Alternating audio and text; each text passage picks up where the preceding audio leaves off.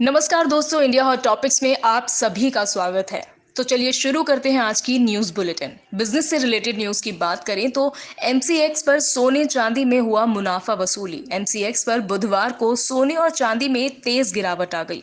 MCX पर दिसंबर सोना वायदा 0.5% गिरकर 50,386 रुपये प्रति 10 ग्राम पर कारोबार कर रहा था।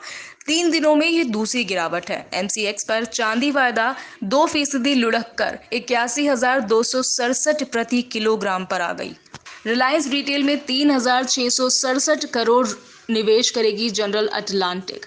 Global equity fund general Atlantic ने रिलायंस इंडस्ट्रीज की रिटेल इकाई रिलायंस रिटेल वेंचर्स में बड़ा निवेश करने का ऐलान किया है।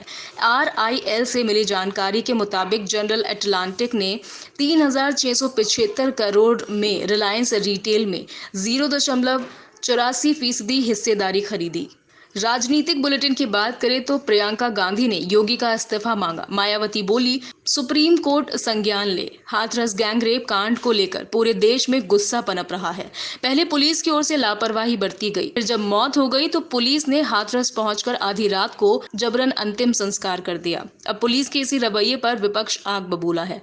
कांग्रेस महासचिव प्रियंका गांधी वाड्रा ने मुख्यमंत्री योगी आदित्यनाथ का इस्तीफा मांगा है। चुनाव हारने पर आसानी से सत्ता नहीं छोड़ेंगे ट्रंप, दिया संकेत। अमेरिका में राष्ट्रपति चुनाव से पहले हुई प्रेसिडेंशियल डिबेट में डोनाल्ड ट्रंप और जो बाइडेन के बीच कई मुद्दों पर बहस देखने को मिली। ट्रंप ने कोरोना महामारी, नस्लीय हिंसा और अर्थव्यवस्था को लेकर तमाम सवालों के जवाब दिए। बीच बीच में बहस काफी तीखी होती नजर आई। अमेरिकी राष्ट्रपति चुनाव की ट्रंप और बाइडेन के बीच पहली डिबेट खत्म हो गई है। पहली डिबेट में ही खूब हंगामा देखने को मिला और एक दूसरे पर छींटाकशी भी हुई। कोरोना वायरस महामारी, चुनाव की वैधता और टैक्स समेत कई मुद्दों पर ट्रंप और बाइडेन ने जवाब दिए। डोनाल्ड ट्रंप ने कहा कि चुनाव हारने पर भी आसानी से वो सत्ता नहीं छोड़ेंगे। अब बढ़ते हैं स्पोर्ट्स बुलेटिन की ओर। आईपीएल में राशिद भुवनेश्वर ने सनराइजर्स को दिलाई पहली जीत। दिल्ली कैपिटल्स 15 रनों से पस्त। आईपीएल के 13वें सीजन के 11वें मुकाबले में सनराइजर्स हैदराबाद की जीत का खाता खुला। मंगलवार रात अबू धाबी में उसने दिल्ली कैपिटल्स को 15 रनों से मात दी। 163 रनों के लक्ष्य का पीछा करने उतरी दिल्ली की टीम निर्धारित ओवरों में 147 रन 7 विकेट पर ही बना पाई। सनराइजर्स हैदराबाद ने लगातार 2 हार के बाद पहली जीत का स्वाद चखा, जबकि दिल्ली की लगातार 2 जीत के बाद ये पहली हार है। सनराइजर्स की जीत के नायक फिरकी के फनकार राशिद खान रहे। उन्होंने 4 ओवरों में सिर्फ 14 रन देकर 3 विकेट चटकाए।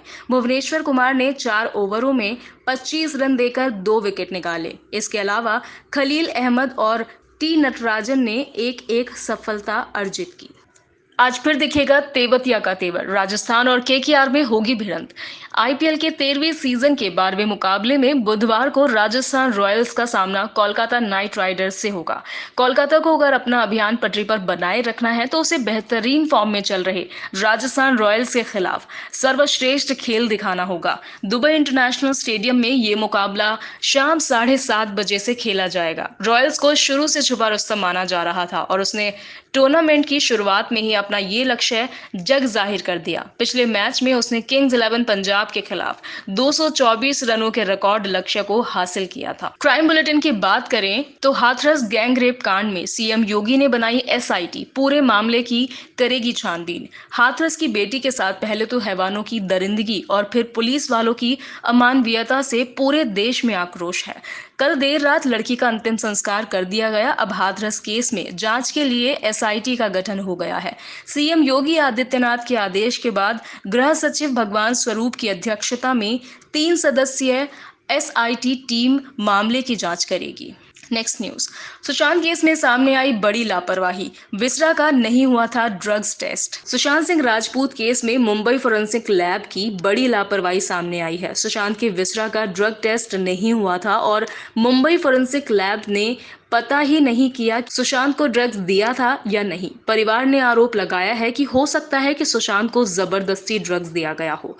बता दें कि मुंबई की फोरेंसिक लैब ने high pressure thin layer chromatography test नहीं किया था और सिर्फ सुशांत की रूटीन विसरा जांच की थी। टेक्नोलॉजी से संबंधित बुलेटिन में पहले नंबर पर आपसे बात करूंगी आईफोन 12 की। आईफोन 12 सीरीज की launch date leak, IPL 12 mini पर रहेगी नजर। एप्पल आमतौर पर अपने नए आईफोन्स सितंबर में लॉन्च करता है, लेकिन इस बार ऐसा नहीं हुआ है। सितंबर में कंपनी ने एप्पल वॉच, आईपैड और सब्सक्रिप्शन सर्विस लॉन्च किया है। इसके अगले महीने यानी अक्टूबर में कंपनी आईफोन 12 लॉन्च करने की तैयारी में है। अब तक कंपनी ने आईफोन 12 सीरीज लॉन्च के लिए ऑफिशियल डेट का ऐलान तो नहीं किया है, लेकिन रिपोर्ट के मुताबिक 13 अक्टूबर को कंपनी आईफोन 12 सीरीज लॉन्च करेगी। शाओमी के नए शूज और स्मार्ट बल्ब भारत में लॉन्च। शाओमी ने वॉच और स्मार्ट स्पीकर समेत कई प्रोडक्ट भारत में लॉन्च किए हैं। इसी में कंपनी ने MI स्मार्ट LED बल्ब और MI Healthy Sure शूज को भी लॉन्च किया है। कंपनी ने MI स्मार्ट LED बल्ब की कीमत 499 रखी है। ग्राहक इसे शाओमी की वेबसाइट और MI होम स्टोर से खरीद सकते हैं।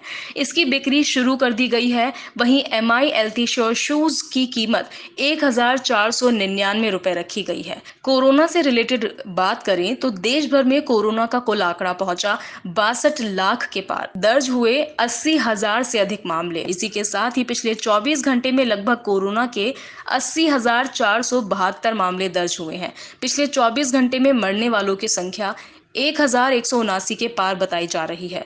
तो अगर आप इस वीडियो को YouTube पर देख रहे हैं तो इसे लाइक करें, सब्सक्राइब करें हमारे चैनल इंडिया हॉट टॉपिक्स को। धन्यवाद।